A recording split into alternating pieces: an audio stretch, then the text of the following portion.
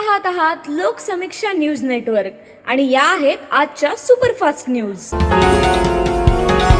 या बातमीपत्राचे प्रायोजक आहेत नंदिनी कलेक्शन, फक्त महिलांचे परिपूर्ण दालन, माऊली निवास, कल्याण मंडपमच्या बाजूस, यशोधन नगर, परभणी।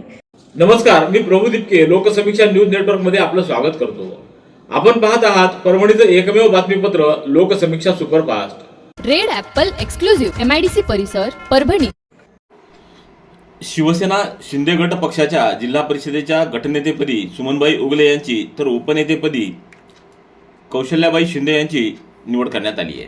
या निवडीबाबतचं अधिकृत प्रमाणपत्र 11 मार्च रोजी जिल्हाधिकारी कार्यालयात जिल्हाधिकारी संजय सिंह चव्हाण यांच्या हस्ते प्रदान करण्यात आले। यावेळी शिवसेनेचे जिल्हा प्रमुख आनंद भरोसे, महानगर प्रमुख माणिक पोंडे यांच्यासह पक्षाचे इतर पदाधिकारी उपस्थित होते।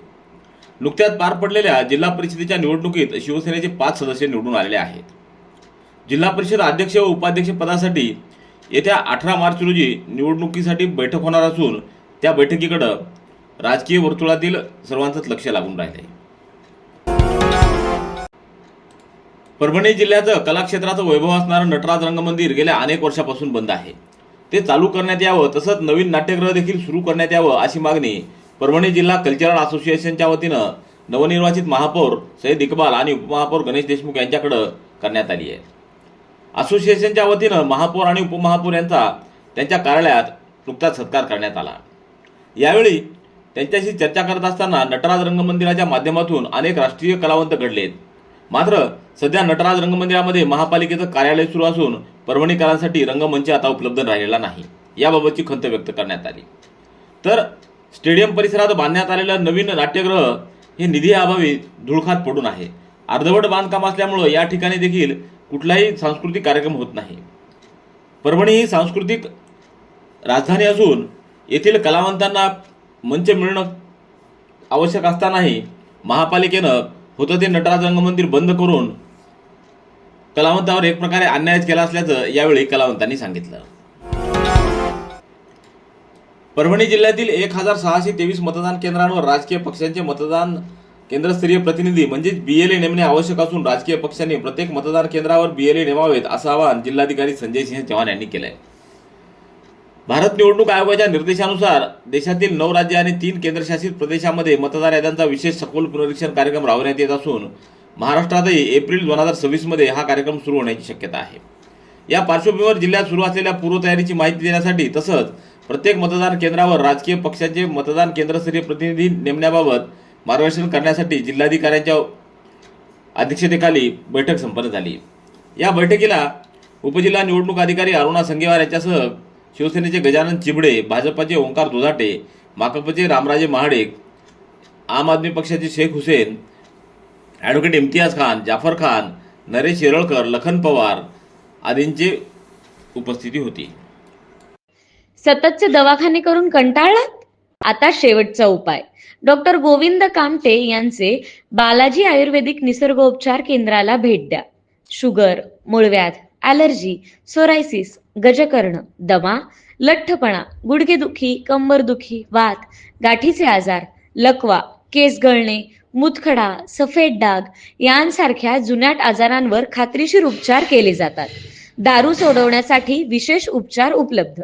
संपर्क डॉक्टर गोविंद कामटे, आयुर्वेद विद्याविशारद, बालाजी आयुर्वेदिक निसर्गोपचार केंद्र, तलाठी कार्यालयाच्या बाजूला, वसमत रोड, परभणी।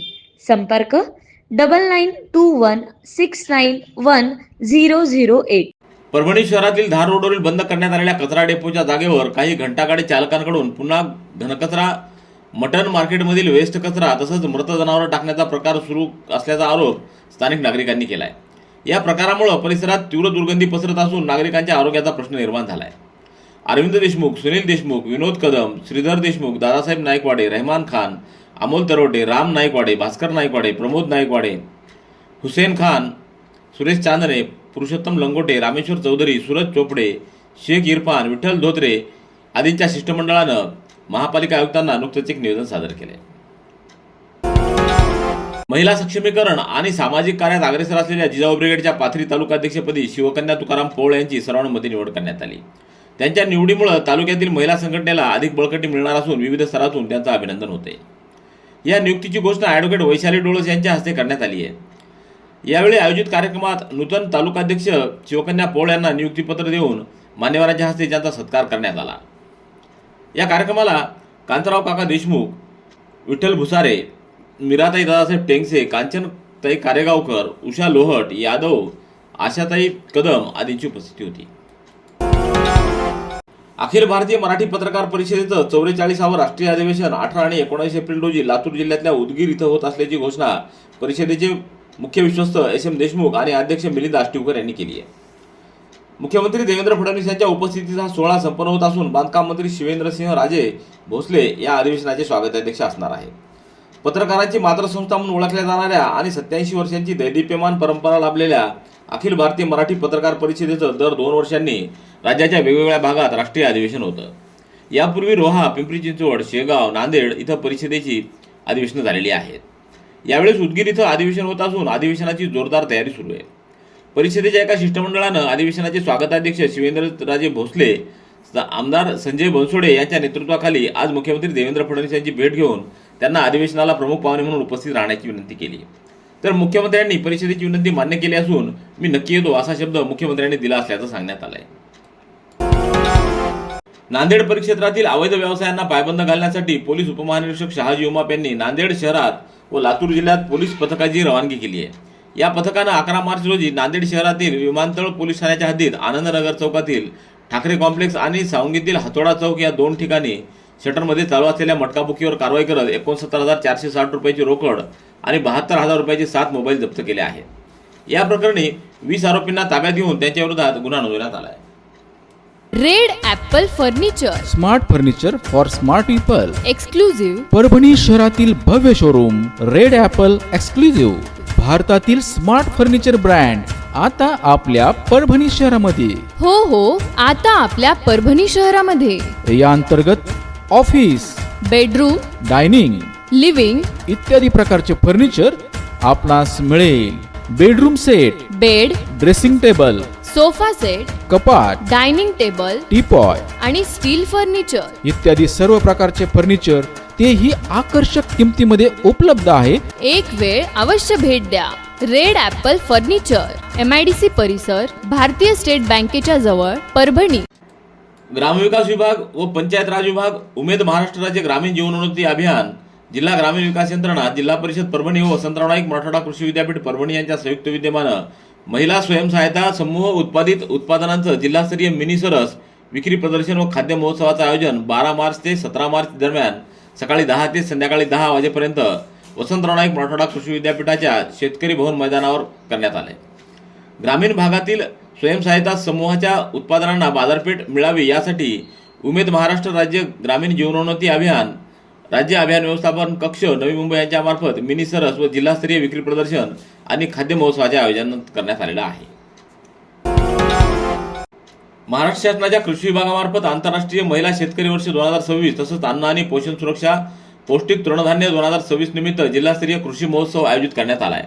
हा महोत्सव 16 व 17 मार्च रोजी आयोजित करण्यात आलेला आहे. वसंतराव नाईक मराठवाडा कृषी विद्यापीठाच्या वैद्यनाथ वसतिगृह शेजारील मैदानात हा महोत्सव पार पडेल.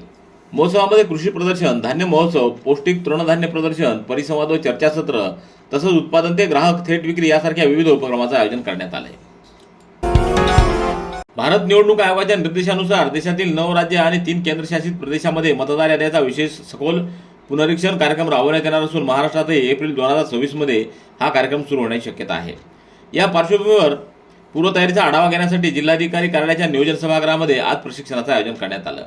या प्रशिक्षणाला सेलूचे उपविभागीय अधिकारी शैलेश लाहोटी, उपविभागीय अधिकारी संगीता चव्हाण, उपविभागीय अधिकारी जीवराज दापकर, उपविभागीय अधिकारी उदयसिंह भोसले यांच्यासह सर्व संबंधित अधिकारी कर्मचारी उपस्थित होते.